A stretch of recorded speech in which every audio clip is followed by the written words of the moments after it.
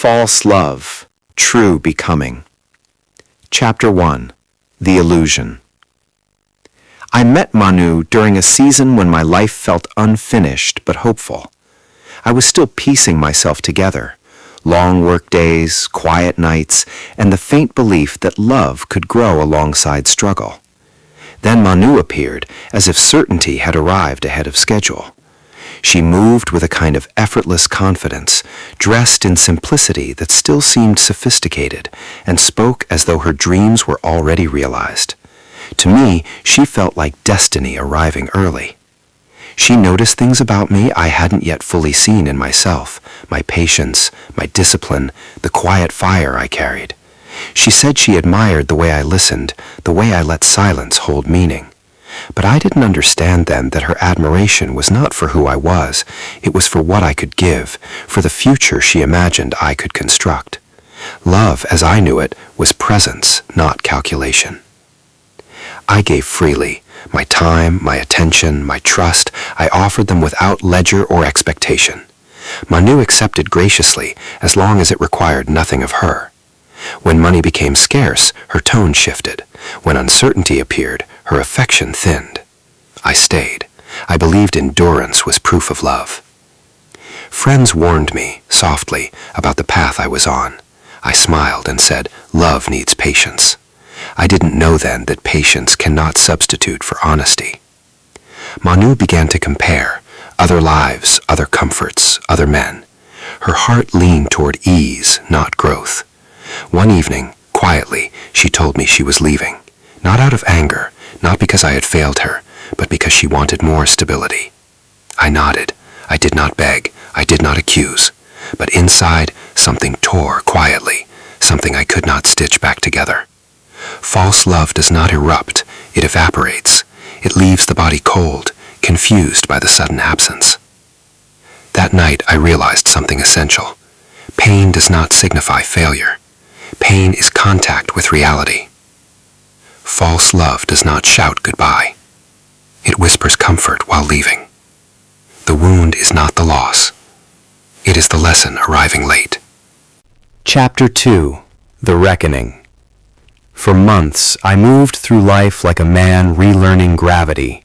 I ate, worked, slept, but everything felt sharper, quieter, more honest. I began to see how love can be mistaken for validation, how attachment can masquerade as devotion. Instead of bitterness, clarity grew inside me. I questioned my own choices. Why had I stayed when respect was conditional? Why had I mistaken endurance for dignity? These questions cut, but they also healed. False love had not destroyed me. It had revealed me. I redirected my energy. I studied new skills, took careful financial risks, and strengthened my discipline. I stopped performing for approval. I started choosing myself. I learned that love, when misread, teaches more about the self than the other. Meanwhile, Manu moved quickly through her own life. Comfort, then boredom, then repetition. Stability without connection felt hollow. She thought of me, not with regret, but with curiosity. She noticed change. My silence now carried weight. We met again by chance at a public gathering. There was no tension, no hidden resentment. Manu spoke first, her voice curious. She noticed my calm, my grounded presence. I greeted her warmly, without expectation. That neutrality shook her more than anger ever could. She admitted she had confused security with happiness. I listened, not as a man seeking closure, but as someone who already had it. I thanked her, not sarcastically, but sincerely. Her leaving had forced me to confront myself, and for that I was grateful. Now the power balance was different, not because I sought control, but because I no longer needed validation. Some loves arrive to stay, others arrive to shape you. The pain was not the end, it was the beginning of sight. Chapter 3. The Becoming. Years later, I stand where I once only dreamed of being. Not rich, not famous, but solid. My life has rhythm, purpose, and boundaries. I understand now that real love does not demand self-erasure. Real love meets you whole. Manu had changed too. Experience had softened her certainty. She understood what she had lost, not a provider, but a partner. When she reached out again, it was not from need, but from respect. We spoke honestly, without illusions, no promises, just truth. We acknowledged the past without trying to rewrite it. And in that honesty, something rare occurred. Forgiveness without reunion. I did not return to Manu, not out of revenge, but out of alignment.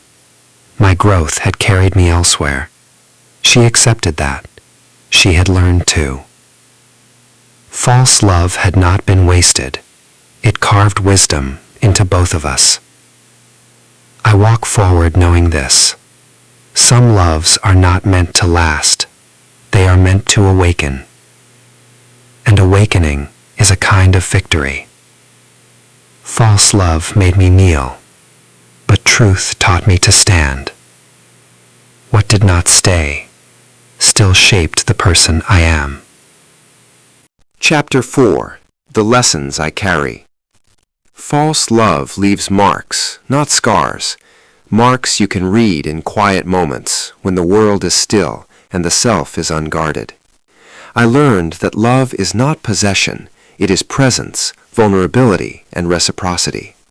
It demands honesty above comfort, truth above ease. I also learned that leaving is a form of love. Manu's departure taught me what endurance cannot teach, self-respect. I became someone who could face absence without crumbling, who could meet life without leaning on others for validation. When I reflect, I see the pattern now. Every relationship is a teacher. Every heartbreak is a mirror. What I had mistaken for loss was actually preparation. What I had perceived as failure was growth in disguise. The world has sharpened my perception.